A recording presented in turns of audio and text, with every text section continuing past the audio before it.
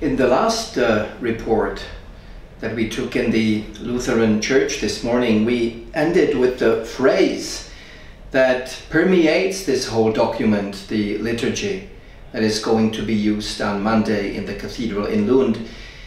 And the phrase is, what unites us is bigger, larger than what divides us. Well, let me explain briefly why this principle is false and misleading. On one hand, we have the Catholic Church that, even with the disoriented hierarchy of our times, is the Church of Christ that was founded by our Lord himself.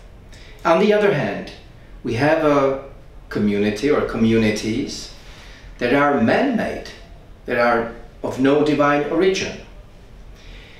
All that is true, everything that God revealed, everything we need for our salvation is within the Catholic Church.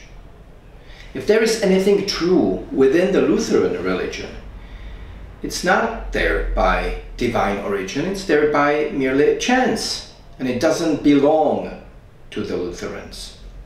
The Lutheran Creed, and this is important to understand, is not defined by any of the particular truths that might be found within itself, but by its errors, by the heresies.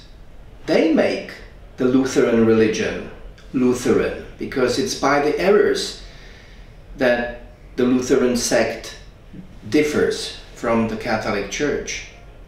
And this is important, not the individual truths that might be similar or the same as we Catholics have and believe. So the truths that are within the Lutheran Creed do not unite us, because they are not in the service of the truth as a whole, but in the service of the erroneous whole, that is the Lutheran religion. Let me try to explain this from a different angle.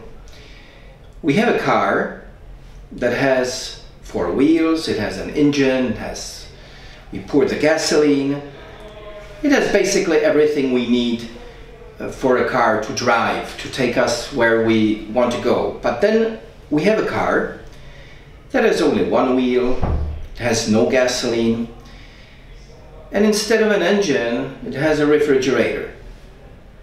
And now we start comparing these two cars. Anyone who is using his mind correctly would never say, well, these cars, it's more important what they have in common than what they have, what are the difference between themselves. So who would in his right mind choose the car without the engine or without the gasoline, which that's completely useless.